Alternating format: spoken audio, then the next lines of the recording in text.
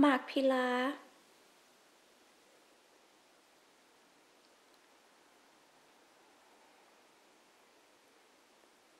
หน่วยน้อย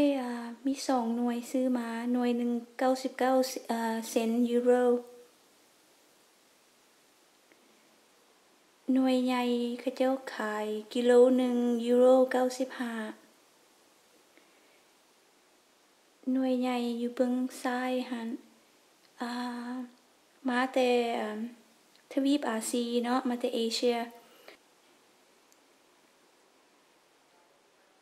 ซิมเบิ่งแล้วหน่วยน้อยว่าหวานเพราะว่าเขาเจ้าว่าชนิดนี้มันหวานแล้วก็หวานอีหลี